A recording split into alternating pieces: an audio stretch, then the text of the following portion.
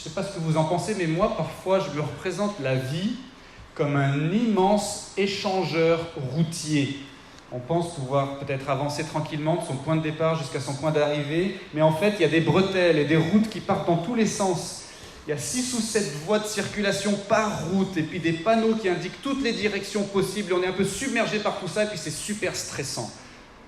Et il suffit que quelques routes se superposent sur des ronds-points, tout ça, et même le meilleur GPS du monde se retrouve déboussolé. Il n'y comprend plus rien. Et c'est comme ça dans la vie, je trouve. On est très très souvent confronté à des choix. Qu'est-ce que je vais faire dans cette situation-là que je traverse? Comment est-ce que je vais me positionner? Qu'est-ce que je vais croire? Par exemple, voilà, j'ai une sensibilité spirituelle. Quelle religion est-ce que je vais suivre? Je suis amoureux de cette fille. Est-ce que je devrais m'installer avec elle? Je m'intéresse au spiritisme. Est-ce que c'est compatible avec Jésus? Tous mes copains regardent sans complexe une série télé où il y a plein de scènes érotiques. Est-ce que ça devrait me déranger? Je suis mal dans ma peau. Est-ce que je peux tout plaquer et m'enfuir avec la femme d'un autre? Vous voyez, la vie, c'est un immense échangeur routier. Il y a toutes sortes de directions différentes qui se présentent à nous. Et à chaque intersection, chaque sortie, chaque bretelle, il faut faire des choix. Mais comment s'orienter de manière fiable? Comment s'orienter de manière fiable dans la vie? Comment savoir s'il faut prendre à droite ou à gauche? Comment ne pas se tromper? Comment ne pas s'égarer? Comment avoir l'assurance d'être sur le bon chemin et en route vers la bonne destination? Parce qu'en plus, parmi toutes ces directions possibles, il y en a beaucoup qui sont très attrayantes en fait. Prends par ici pour connaître la joie. Prends par là pour connaître la paix. Prends la 3e à gauche pour être célèbre. Reste sur cette file pour être riche. Tourne immédiatement à droite pour avoir plein d'amis, etc., etc. Comment bien s'orienter dans ce labyrinthe? C'est compliqué, c'est stressant. Vous allez voir que l'apôtre Paul, il a bien conscience de cette difficulté qui existe pour les humains de reconnaître le bon chemin. Et même, vous savez quoi, l'apôtre Paul, il estime que c'est extrêmement dangereux de se tromper. Pour Paul, ce serait absolument catastrophique en fait de s'égarer en tant qu'humain. Et donc, il va donner à ce pasteur qui s'appelle Timothée des instructions très précises. Et ces instructions sont destinées autant à Timothée qu'aux gens de son Église. Et il va leur expliquer très clairement où se trouvent les informations dont on a besoin pour bien s'orienter et ce qu'on doit faire en conséquence. C'est très compliqué. Vous êtes prêts? La Bible est la seule boussole infaillible pour ta vie. La Bible est la seule boussole infaillible pour ta vie. Tu dois donc être hyper attentif à la Bible et hyper attentif aux personnes qui enseignent la Bible. Et on va voir ça en 3 étapes dans le texte. 1. La Bible est si importante que 2. Son contenu doit être transmis sans détour. Et cela, 3. Avec une détermination sans faille. Lisons sans plus tarder le texte en question dans la 2e lettre de Paul à Timothée, chapitre 3. On va lire à partir du verset 14. En fait, à partir du verset 13 pour avoir le contexte de ce qui précède. Mais les hommes méchants et imposteurs avanceront toujours plus dans le mal, égarant les autres et égarés eux-mêmes. Toi, reste attaché à ce que tu as appris et qui est l'objet de ta foi. Tu sais de qui tu l'as appris. Depuis ton enfance, tu connais les écrits sacrés. Ils peuvent te donner la sagesse en vue du salut par la foi en Christ Jésus. Toute écriture est inspirée de Dieu et utile pour enseigner, pour convaincre, pour redresser, pour éduquer dans la justice, afin que l'homme de Dieu soit adapté et préparé à toute œuvre bonne. Je t'adjure, devant Dieu et devant le Christ Jésus qui doit juger les vivants et les morts, et au nom de son avènement et de son royaume, prêche la parole, insiste en toute occasion, favorable ou non, convainc, reprend, exhorte avec toute patience et en instruisant. Car il viendra un temps où les hommes ne supporteront plus la saine doctrine, mais au gré de leurs propres désirs, avec la démangeaison d'écouter. Ils se donneront maître sur maître. Ils détourneront leurs oreilles de la vérité et se tourneront vers les fables. Mais toi, sois sobre en tout, supporte les souffrances, fais l'œuvre d'un évangéliste, remplis bien ton service. Car pour moi, me voici déjà offert en libation et le moment de mon départ approche. J'ai combattu le bon combat, j'ai achevé la course, j'ai gardé la foi. Désormais, la couronne de justice m'est réservée. Le Seigneur, le juste juge, me la donnera en ce jour-là. Et non seulement à moi, mais à tous ceux qui auront aimé son apparition. Jusqu'ici, c'était la lecture de ce texte biblique. Et avant d'aller plus loin, je vous invite à prier. Notre Dieu, notre Père, merci beaucoup de nous accorder ce texte, de nous donner ce texte qui nous a été transmis au fil des siècles, dont l'apôtre Paul est l'auteur, et nous te prions maintenant de bien vouloir nous aider par ce Saint-Esprit qui demeure en nous, de nous aider à comprendre ce que tu veux nous dire. Et Seigneur, nous te demandons humblement que toi-même appliques avec puissance à notre vie la vérité de ce texte. Et nous te demandons cela au nom de Jésus. Amen. La Bible est la seule boussole infaillible de ta vie, pour ta vie. Premièrement, la Bible est si importante. Chapitre 3, versets 14 à 17. La Bible est si importante. Regardez bien le texte. Paul, il vient juste de parler au verset 13 qu'on a lu au début. Il vient juste de parler des gens qui s'égarent et qui égarent les autres. Et il dit à Timothée juste après, « Toi, Timothée, ne fais pas comme eux. Toi, Timothée, reste attaché à quelque chose. » Reste attaché à quoi ? Eh bien, à ce que tu as appris et qui est l'objet de ta foi. Mais c'est quoi ça ? Eh bien, il ajoute, « Depuis ton enfance, tu connais les écrits sacrés. » Voilà ce qui va te donner, Timothée, la sagesse en vue notamment de ce qu'il y a de plus important dans ta vie et en fait dans la vie de n'importe qui d'autre sur cette terre, à savoir le salut. Le salut, le fait d'être sauvé. Et donc, l'apôtre Paul, quand il parle des écrits sacrés auxquels Timothée doit rester attaché pour ne pas se perdre, pour ne pas s'égarer, Paul, en parlant des écrits sacrés, il veut dire les révélations que Dieu avait jusqu'alors communiquées à la communauté des croyants, à travers Moïse et les prophètes, dans toute la période qui a précédé la naissance de Jésus. C'est ce que Jésus lui-même appelait la loi et les prophètes, comme dans un texte qu'on a vu tout à l'heure. Parfois, Jésus appelait ces textes la loi de Moïse, les prophètes et les psaumes. Parfois, il les appelait tout simplement les Écritures. Pour nous, aujourd'hui, ça correspond en fait à l'Ancien Testament. Pour ceux qui vivaient à l'époque de Jésus et des apôtres, en fait, notre Ancien Testament, c'était leur Bible, vous comprenez ? Ces écrits sacrés, donc, sont extrêmement importants parce qu'ils vont permettre à Timothée de ne pas s'égarer, dit Paul, à condition qu'il reste attaché à ses écrits, c'est-à-dire qu'il demeure dans ses écrits et qu'il ne s'en écarte pas. Et Paul va souligner encore plus l'importance extrême de ces écrits en précisant juste après, verset 16, que toute écriture est inspirée de Dieu. C'est-à-dire que toutes les parties de ces écrits sacrés proviennent de Dieu. Il dit chaque écriture, c'est un singulier, chaque écriture est inspirée de Dieu par opposition aux écrits sacrés, un pluriel qui désigne l'ensemble, la globalité. Les écrits sacrés, et chaque partie des écrits sacrés, chaque écriture, chaque texte est inspiré de Dieu, dit l'apôtre Paul. Inspiré de Dieu en grec, c'est un seul mot qu'on trouve seulement ici, dans toute la Bible, le mot théopneustos, et qui veut dire « qui provient du souffle de Dieu ». L'idée, c'est pas que toute écriture est remplie du souffle de Dieu, comme on remplirait un ballon de son souffle, et il se remplit, il se gonfle, mais plutôt que toute écriture sort de la bouche et des poumons de Dieu.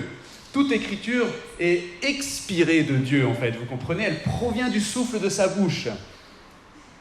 Et quand on parle du souffle de Dieu, comme le fait l'apôtre Paul ici, normalement, ça devrait évoquer des choses précises pour ceux qui connaissent bien les écrits sacrés, comme c'est le cas de Timothée notamment. Il connaît bien les écrits sacrés. Et donc quand l'apôtre Paul lui parle du souffle de Dieu, ça devrait lui évoquer des choses. Par exemple, dans la Genèse, l'Éternel Dieu forma l'homme et de la poussière du sol, il insuffla dans ses narines un souffle vital et l'homme devint un être vivant. Ou bien dans le livre de l'Exode, quand les Israélites ont traversé la mer Rouge, Au souffle de tes narines, les eaux se sont amoncelées, les courants se sont dressés comme une masse. Ou encore dans le livre de Job, dans un homme, c'est l'esprit, le souffle du Tout-Puissant qui lui donne l'intelligence. Ou encore, l'Esprit de Dieu m'a formé et le souffle du Tout-Puissant me fait vivre. Ou encore, si Dieu ramenait à lui son esprit et son souffle, toute chair périrait en même temps et l'homme retournerait à la poussière. Ou encore dans les psaumes, les cieux ont été faits par la parole de l'Éternel et toute leur armée par le souffle de sa bouche. Et on pourrait multiplier les exemples dans les écrits sacrés qui sont notre Ancien Testament.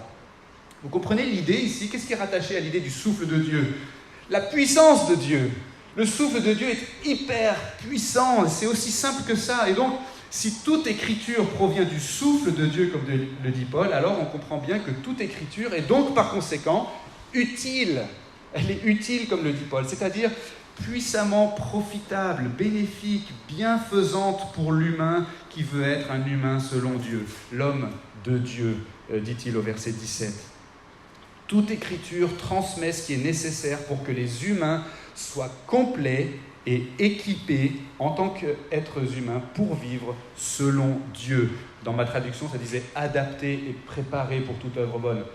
Complets et équipés pour vivre selon Dieu, et c'est ça qui correspond en fait à notre véritable vocation d'êtres humains, c'est d'être des êtres humains selon Dieu, des hommes de Dieu. Vous voyez l'incroyable importance des écrits sacrés, selon Paul? Ces écrits sont inestimables et incontournables. Ils donnent la sagesse en vue du salut.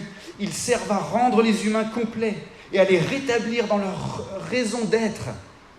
C'est comme si vous étiez en quête du Saint Graal et que vous découvriez un vieux grimoire médiéval écrit par les chevaliers de la table ronde et frappé du sceau du roi Arthur lui-même.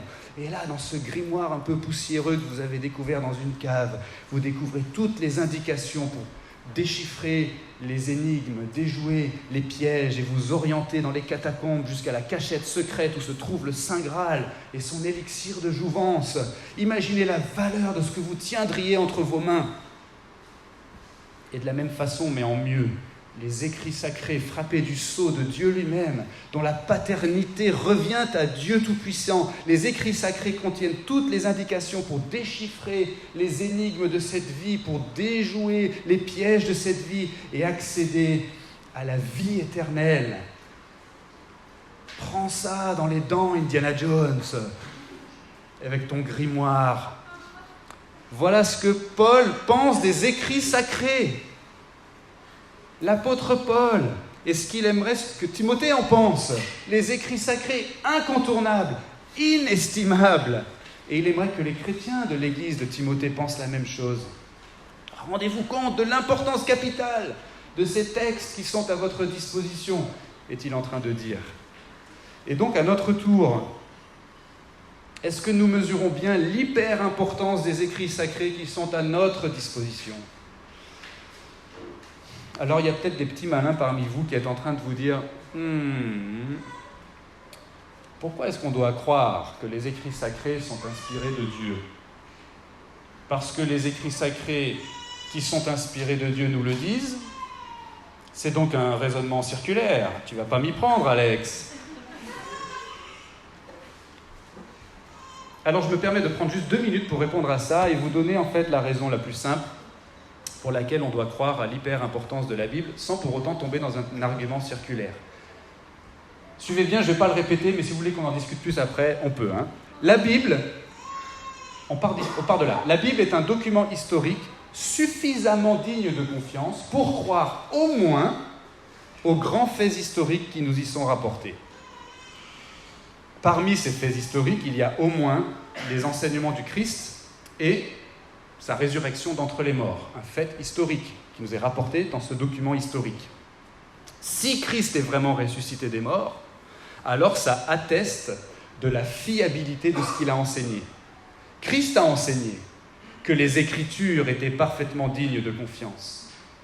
Et les apôtres que le Christ a établis ont contribué à leur tour aux Écritures, à la manière des prophètes de l'Ancien Testament.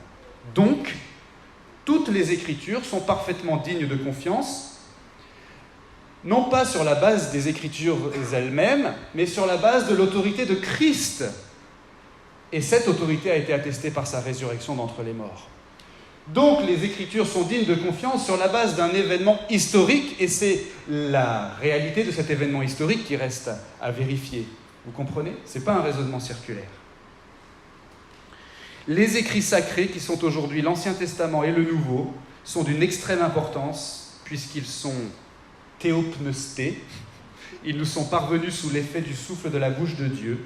Dieu a conduit la rédaction de ces textes en œuvrant de manière infaillible, mais en œuvrant aussi de manière organique, c'est-à-dire en incorporant la personnalité des auteurs, leur style, leur expérience, leur contexte, pour nous donner, jusqu'à nous aujourd'hui, des écrits qui sont puissamment utiles pour notre vie. Mes amis, il n'y a rien de comparable ici-bas. Rien de comparable ici-bas qui puisse nous être un guide ou une norme pour notre foi et notre conduite, c'est-à-dire pour savoir quoi croire et comment vivre.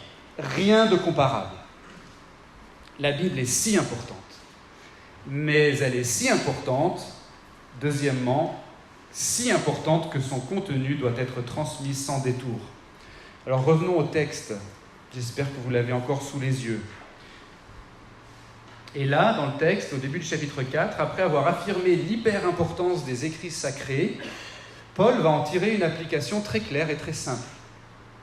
Mais notez la manière dont il introduit ce qu'il va dire, verset 1.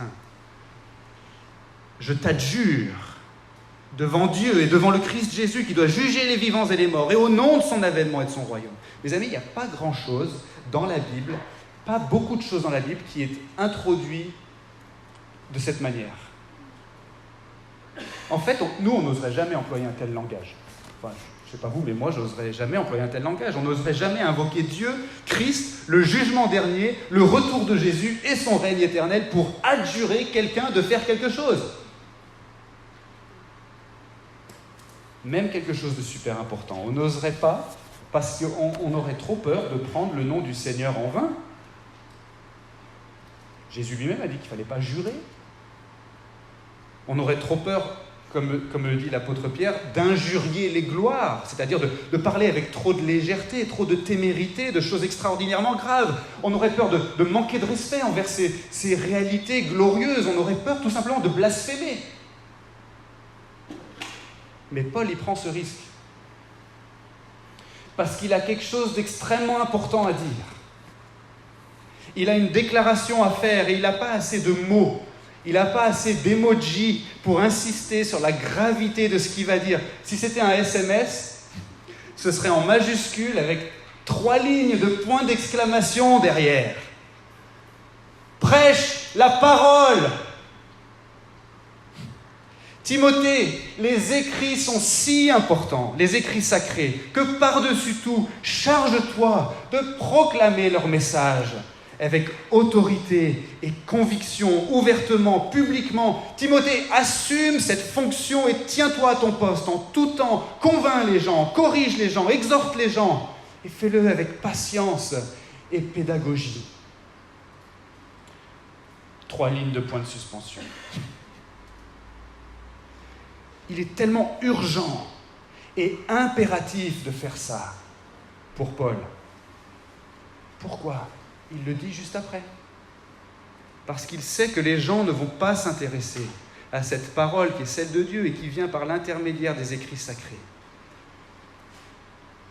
Paul, il sait qu'il y a une concurrence extrême pour les oreilles et le cœur des gens. Les gens ne vont pas aimer la saine doctrine, dit-il. Ils ne vont pas aimer la vérité. Ils vont préférer se fier à leurs propres désirs, dit-il. Ils vont préférer écouter des fables, c'est-à-dire des mythes, des histoires inventées. Tout simplement, les gens vont se porter naturellement vers les enseignements et vers les enseignants qui les arrangent et qui les caressent dans le sens du poil. Et pour Paul, ça c'est un drame absolu. D'où l'urgence et l'émotion de ces ordres qu'il donne à Timothée. C'est un peu comme si vous étiez au 10e étage d'un hôtel sur la côte d'un pays touristique d'Asie du Sud-Est et vous êtes en train de vous prélasser sur le balcon, c'est vos vacances, et soudain vous voyez à l'horizon, sur la mer, une vague immense qui est en train de se former et de venir en direction du rivage. Et depuis votre balcon au 10e étage, vous regardez en bas et vous voyez plein de gens insouciants qui jouent sur la plage et qui ne sont pas du tout conscients du danger qui est en train de fondre sur eux. Qu'est-ce que vous allez faire ? Vous allez peut-être hurler de toutes vos forces, non? Et vous allez hurler encore et encore et insister pour essayer de prendre l'attention d'au moins quelques-uns, pour les avertir du danger et les convaincre de se mettre à l'abri pendant qu'il en est encore temps, n'est-ce pas? Vous n'allez pas aller vous faire cuire un peu de popcorn dans le micro-ondes pour pouvoir regarder ce qui va se passer. Et c'est ce que Paul dit à Timothée de faire. Proclame la vérité aux gens qui ne voient pas le danger arriver. Insiste en toute occasion. Continue encore et encore. Fais tout ce que tu peux. Parce que les gens sont insouciants. Ils pensent à autre chose. Ils ne peuvent même pas imaginer que ce que tu leur dis est vrai. Timothée, il y a tellement d'autres messages qui sont plus faciles et plus pratiques à croire. Et pourtant, le tsunami arrive à la vitesse d'un cheval au galop. Christ revient pour juger les vivants et les morts. Son avènement est proche. Ce jour où il établira complètement et définitivement son royaume sur toute la terre. Et c'est pour ça qu'il invoque Christ et son avènement et son royaume au moment de donner cette instruction à Timothée. Avertis-les, Timothée, prêche la parole, proclame le contenu des écrits sacrés qui donnent la sagesse en vue du salut par la foi en Christ Jésus.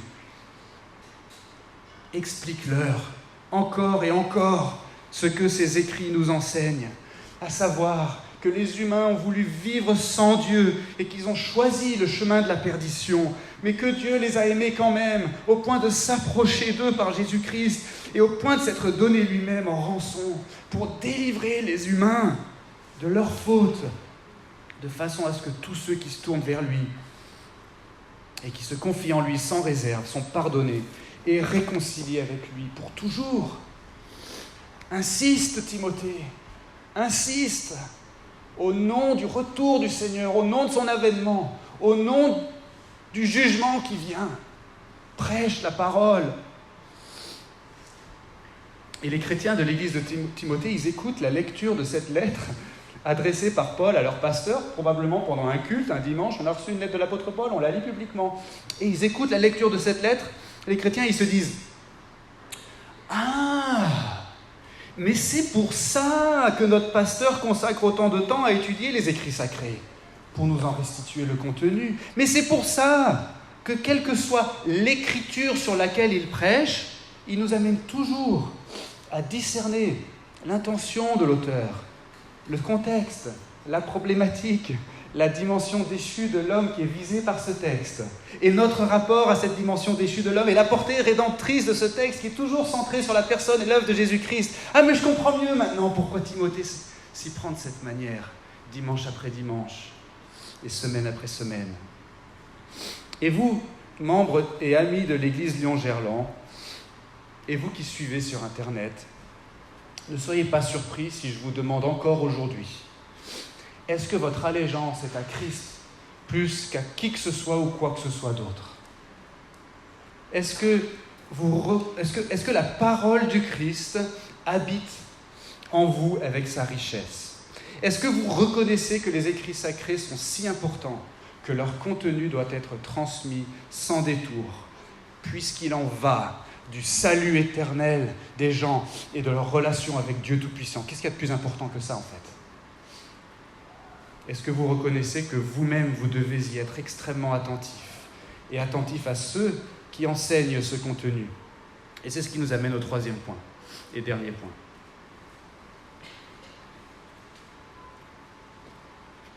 La Bible est si importante, ça c'était le premier point, que son contenu doit être transmis sans détour, c'était le deuxième, et le troisième, avec une détermination sans faille.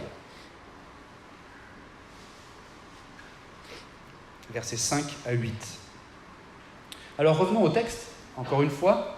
Revenons aux écrits sacrés, si j'ose dire. Revenons à cette écriture qui est inspirée de Dieu et puissamment profitable pour nous enseigner, nous convaincre, nous corriger, nous éduquer dans la justice, afin que nous soyons complets et équipés pour notre vie d'êtres humains selon Dieu. Donc penchons-nous avec attention sur ce texte que vous avez entre les mains peut-être.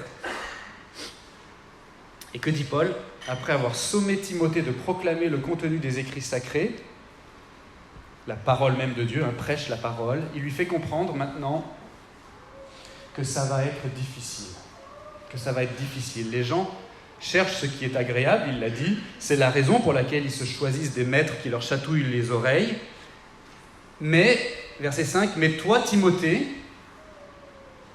dans ces circonstances-là, dans ce contexte, sois sobre en tout, supporte les souffrances, persiste à annoncer la bonne nouvelle, remplis bien ton service. » Et l'apôtre Paul poursuit en citant sa propre expérience comme illustration de ce chemin difficile et douloureux qui est le chemin de la fidélité dans la prédication de la parole.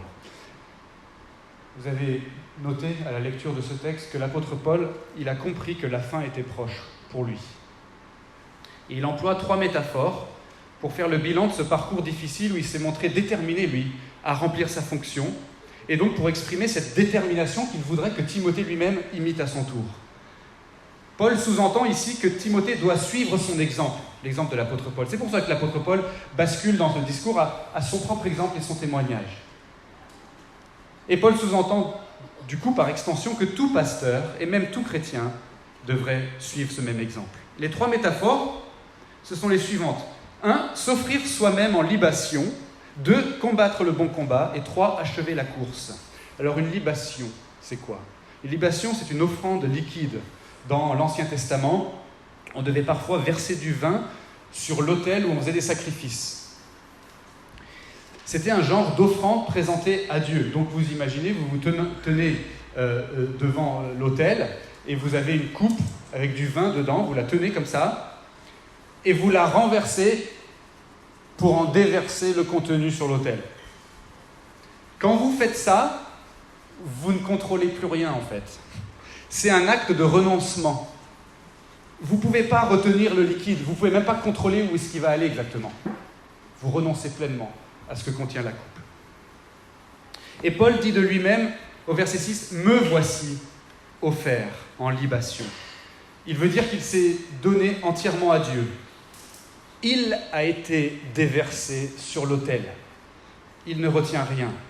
Et les dernières gouttes sont en train de tomber de la coupe. Voilà le genre de consécration au service de Dieu qu'il aimerait voir maintenant chez Timothée. Prêche la parole, Timothée, avec ce genre de détermination et de don de toi-même, sans rien retenir, jusqu'à la mort, jusqu'à ce que les dernières gouttes soient tombées de la coupe. Il dit aussi qu'il a combattu le bon combat. Littéralement, j'ai lutté douloureusement de la bonne lutte douloureuse. En grec, pour les linguistes, c'est le mot agon et le verbe agonizomai qui ont donné agonie en français. Paul est en train de dire « Mon service en tant que prédicateur de la parole a été terriblement conflictuel et difficile. Mais en persistant dans ce combat, j'ai fait ce qu'il était bien que je fasse, que je fisse. J'ai fait le bien. C'était super dur, mais c'était le bien que je faisais. J'ai fait ce que je devais faire. Comme un lutteur aux Jeux Olympiques. Paul ne s'est pas trompé de ring, il ne s'est pas trompé d'adversaire. Il a respecté les règles. Et son motif de satisfaction à la fin, vous avez remarqué, c'est pas qu'il aurait gagné le combat, c'est qu'il a bien combattu. Et enfin, il dit qu'il a achevé la course. Il ne dit pas qu'il a gagné la course. Il ne dit pas qu'il est bien classé parmi tous les concurrents. Il dit simplement qu'il a franchi la ligne d'arrivée. Et son motif de satisfaction, c'est qu'il a gardé la foi, au verset 7. Paul a couru avec persévérance, sans se détourner de la piste, sans perdre de vue la bonne destination, et il est arrivé à la fin sans avoir abandonné en route. Comme un marathonien, épuisé mais satisfait, épuisé mais fidèle jusqu'à la ligne d'arrivée. Voilà le genre de détermination sans faille que Paul voudrait transmettre à Timothée. Voilà le genre de détermination sans faille que Paul aimerait transmettre à tous les chrétiens. Il voudrait qu'on accorde cette même importance au message de Dieu, consigné dans les écrits sacrés, proclamé par les pasteurs, expliqué dans les groupes de maison, accessible à la lecture dans un livre qu'on peut s'acheter à 1,90 € à 2,3 € à la Fnac. Il voudrait qu'on s'intéresse à ce message, qu'on se laisse instruire par ce message, qu'on se fie à ce message, qu'on subordonne notre vie à ce message, sans rien retenir, comme si on s'offrait en libation. Et même si c'est douloureux, parce que c'est le bon combat, et jusqu'à la ligne d'arrivée, jusqu'à ce qu'on ait achevé la course. Voilà ce que Paul désire pour Timothée, et pour les chrétiens de son Église, et pour nous tous ici, aujourd'hui. Et vous avez vu ce qui nous attend à la ligne d'arrivée, si on persévère jusqu'au bout. Verset 8, c'est ce qui attend Paul aussi. La couronne de justice, dit-il. Paul sait qu'elle lui est réservée, mais non pas parce qu'il aurait gagné, ou parce qu'il serait bien classé. La couronne de justice lui sera donnée parce qu'il aura achevé la course.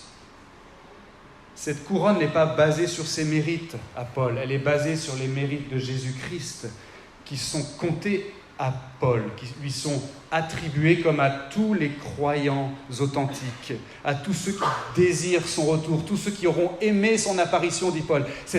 Ces mérites de Christ attribués par la grâce de Dieu, par le moyen de la foi, à tous ceux qui placent leur confiance en lui.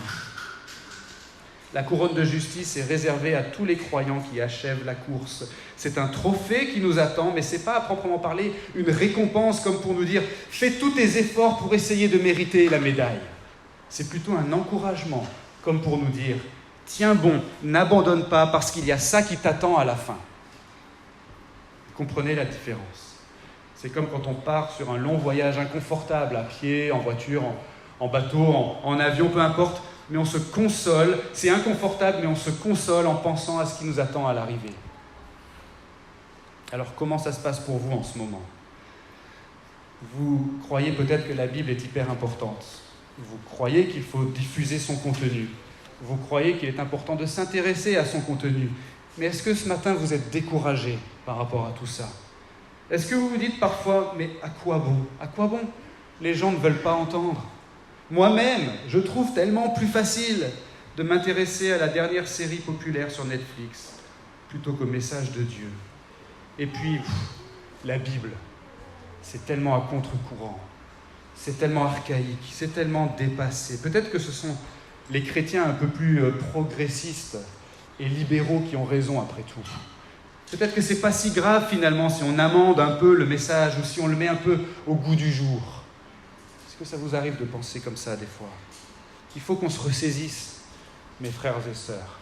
Il faut qu'on se ressaisisse. Ce texte qu'on vient de regarder ensemble nous dit « La Bible est si importante que son contenu doit être transmis sans détour, avec une détermination sans faille. » C'est ce que pense l'apôtre Paul en tout cas. C'est vrai que la vie ressemble à un grand échangeur routier, avec des routes qui partent dans tous les sens et des panneaux indicateurs qui pointent dans toutes sortes de directions possibles. Mais l'apôtre Paul estime qu'on ne peut pas juste choisir le chemin qui nous arrange, le chemin qui nous convient, parce que ce serait un drame absolu pour lui qu'on s'égare. Ce serait une véritable catastrophe si nous on s'égarait et qu'on égarait les autres. Comment donc s'orienter dans ce labyrinthe ? La Bible est la seule boussole infaillible pour ta vie. Et Paul est sur la fin de sa vie. Il sent venir son exécution prochaine, lui qui est en captivité à Rome au moment où il écrit ce texte. Et cette lettre à Timothée constitue en réalité les toutes dernières paroles que nous ayons de Paul par écrit. C'est un peu le testament de l'apôtre Paul.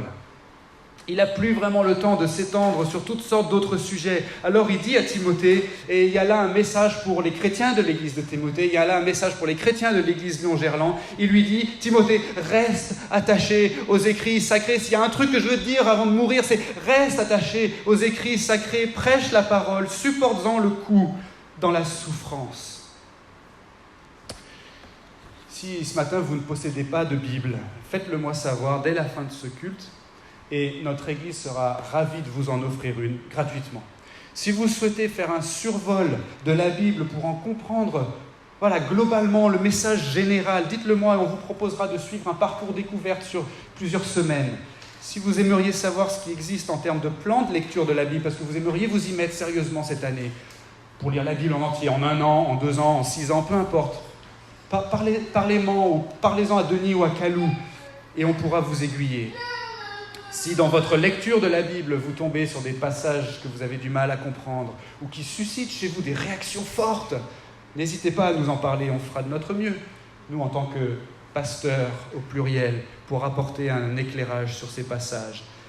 Si vous recherchez des exposés assez bien fournis sur des livres entiers de la Bible, allez sur notre site internet où vous trouverez plus de 500 prédications textuelles, y compris des séries complètes sur Exode, Ruth, Ecclésiaste, Daniel, Amos, Abdias, Naoum, Habacuc, Agé, Matthieu, 1 Corinthiens, Éphésiens, 1 Timothée, Jacques, 1 Pierre, bientôt 2 Timothée, ce qui, j'ai calculé, représente un quart des livres de la Bible. À peu près 250 heures d'écoute. Vous avez de quoi faire. Et si vous voulez aller plus loin avec Dieu, si vous ne le connaissez pas personnellement ce matin, mais que vous désirez avoir une relation personnelle avec lui, ou si vous le connaissez, mais vous vous sentez éloigné de lui, venez nous voir aussi. N'hésitez pas, venez nous voir, on pourra au moins prier pour vous. Si vous regardez ça sur Internet, envoyez un message, envoyez un email, et on verra ce qu'on peut faire pour vous aider. Vous pouvez aussi, si vous êtes dans la région lyonnaise, rejoindre un groupe de maisons à la rentrée, puisque là, ils vont être interrompus pendant l'été. Et dans les groupes de maisons, on se réunit chaque semaine et on échange librement, en petits groupes, sur le texte biblique qui a été abordé dans la prédication du dimanche précédent. Et on essaye d'en tirer des applications pratiques pour notre vie et on prie les uns pour les autres. Voilà des choses concrètes que nous pouvons faire. La Bible est la seule boussole infaillible pour ta vie. Amen. Je vous invite à la prière. Seigneur notre Dieu, merci beaucoup pour la Bible, ces écrits sacrés tellement précieux. Pardonne-nous, Seigneur, d'en sous-estimer si facilement l'importance et la pertinence pour notre vie. Pardonne-moi, Seigneur, de ne pas avoir pour premier désir le matin en me réveillant d'ouvrir la Bible et de la lire et d'être tellement plus facilement attiré par mon smartphone et les notifications de la nuit. Seigneur, pardon. Renouvelle en nous par ton Saint-Esprit ce désir que l'apôtre Paul aimerait que nous ayons. Ce désir de nous laisser instruire, de nous laisser guider, de nous laisser orienter par cette parole que tu as daigné nous communiquer par le moyen des prophètes et des apôtres. Seigneur, fais cela pour nous, nous t'en prions. Au nom de Jésus. Amen.